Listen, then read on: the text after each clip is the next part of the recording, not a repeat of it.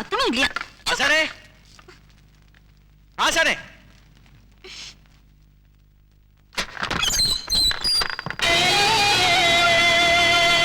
ആശ ഇല്ലേ ഇവിടെ? ഇല്ല.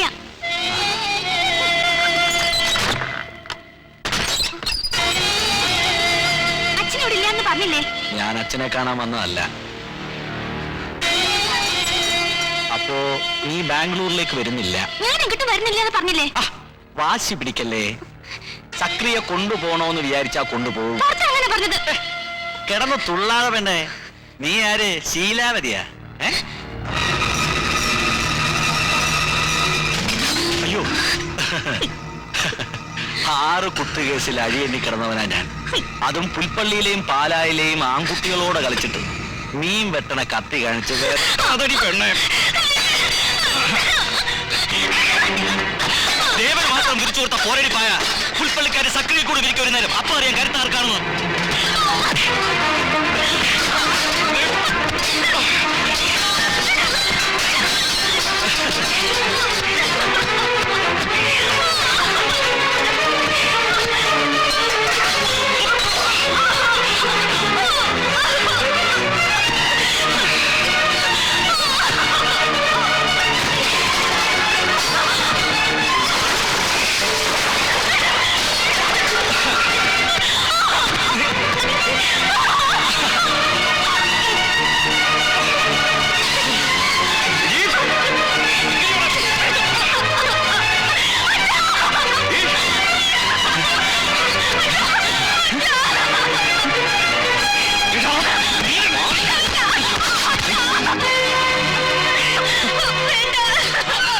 നോക്കിയല്ല ഞാൻ മഹാപഴയ സക്രിയ.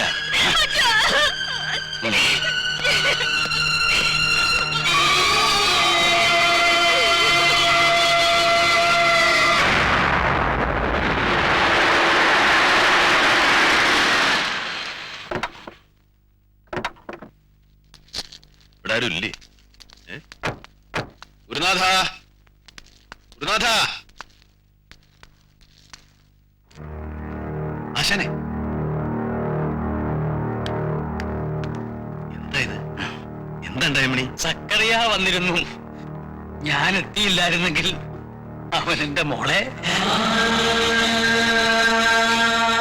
നിന്റെ വലങ്കൈയല്ലേ അവൻ? വേണ്ടായിരുന്നു ദേവാ ഇങ്ങനെ ഒരു ഗുരുദക്ഷിണ.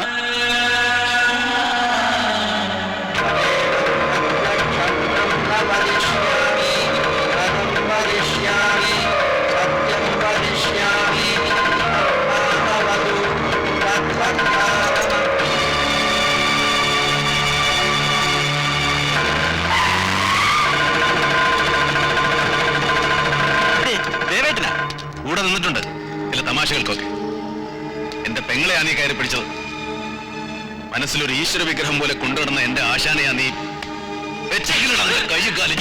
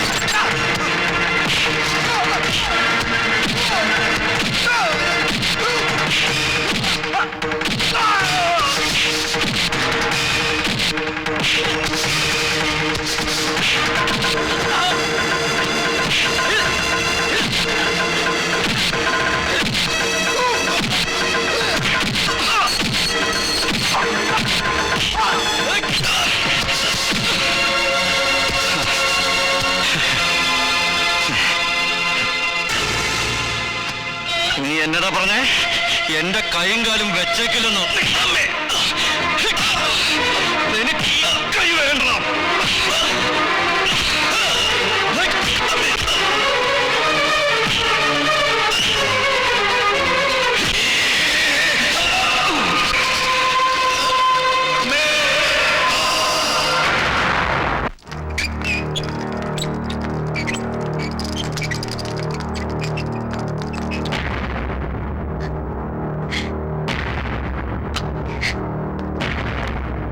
മോഹനകൃഷ്ണൻ, ദേവന്റെ കൈയിന് ശരിപ്പെടുത്താൻ പറ്റുമെന്ന് തോന്നുന്നില്ല.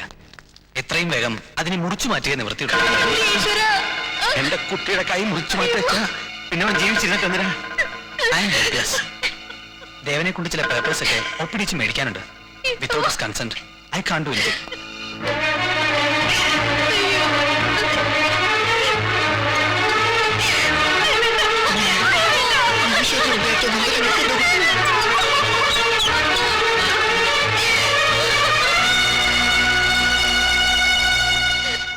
എന്റെ കുട്ടിയോട് പറയാ,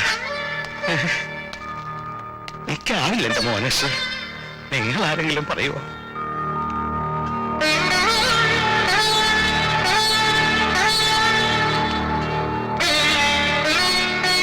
ആശാനെ,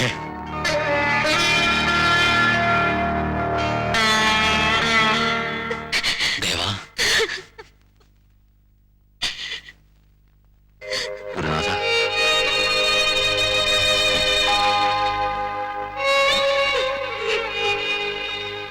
എന്റെ കൈക്ക് എന്താ പറ്റിയത്? സത്യം പറയും. എന്താ ആശാനൊന്നും മിണ്ടാത്ത?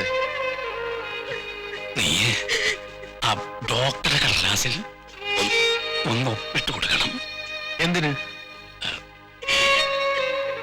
വേറെ വഴിയില്ലെന്ന് പറയണേ.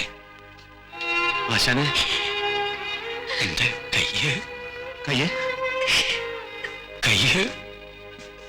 മുറിക്കേണ്ടി വരും. എന്താ പറഞ്ഞേ? എന്റെ കയ്യെ മുറിക്കേണ്ടി വരിക? അതിലും ഭേദം എല്ലാം കൊന്നുകളയല്ലേ ആശാനെ?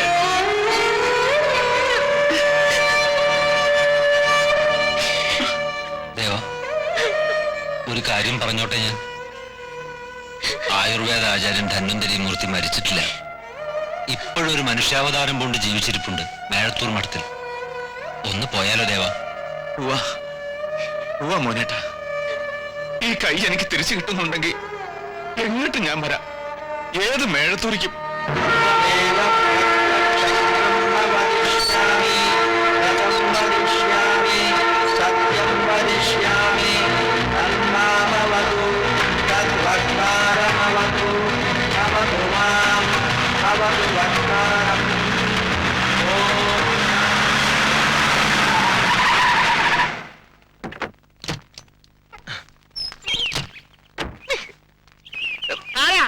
ഞങ്ങൾ കുറെ ദൂരേനാ. തിരുമേനെ ഒന്ന് കാണണം അത്യാവശ്യമായിട്ട്. എന്താ കാര്യം? ഒരു രോഗിയും കൊണ്ടുവന്നതാ. ചൊവ്വയും വെള്ളിയും തിരുമേനി രോഗികളെ പരിശോധിക്കില്ല. മടങ്ങിപ്പോക്കോളൂ. അയ്യോ, അങ്ങനെ പറയരുത്. അത്യാസന്റെ നിലയിൽപ്പെട്ട ഒരാളാ വണ്ടി കിടക്കണത്. അത്ര അത്യാസന്ന നിലയിലുള്ള ആളാച്ചാ ഞാൻ പരിശോധിക്കാം. എന്താ? നമ്മളാരാ മനസ്സിലായില്ല? എന്നെ പറ്റി കേട്ടിട്ടില്ല? മാനവേദൻ നമ്പൂരി മേഴത്തൂർ മടന്ന് കേട്ടിട്ടില്ല. എന്നാ കേട്ടോളൂ. മേഴത്തൂർ പരമേശ്വരൻ നമ്പൂരിയുടെ പ്രഥമ ശിഷ്യനും വലം കയ്യുമാണ് ഈ ഞാൻ. സംസാരിച്ച് നിൽക്കാൻ നേരല്ല സഹോദര. ഒരാൾ മരണവേദന സഹിച്ച് കിടക്കാണ് വണ്ടിയില്. ഏയ്, നിങ്ങളോടൊക്കെ ഞാൻ മലയാളത്തിലല്ലേ പറഞ്ഞത്? തിരുമേനി ഇന്ന് രോഗികളെ പരിശോധിക്കില്ല എന്ന്. കുഴപ്പമുണ്ടാക്കാനല്ല നമ്മൾ വന്നത്. നമുക്ക് തിരുമേനിയെ കാണാം. തിരുമേനി ഒന്ന് വന്നിരിക്കണു.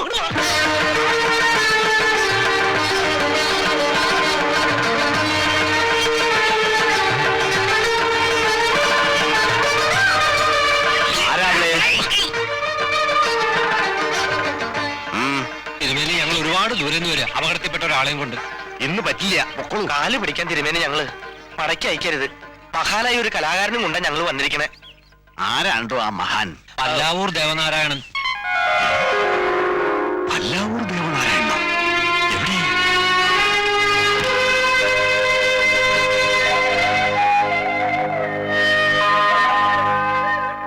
എവിടെ? വേണ്ട, ഉണർത്തണ്ട. കൈ മുറിക്കണമെന്ന് പറഞ്ഞപ്പോ ഈശ്വരൻ തോന്നിച്ചത് അങ്ങോട്ട് കൊണ്ടുവരാൻ. കൈ മുറിക്കേ? ഏത് മഹാഭാപിയാടോ പറഞ്ഞത്?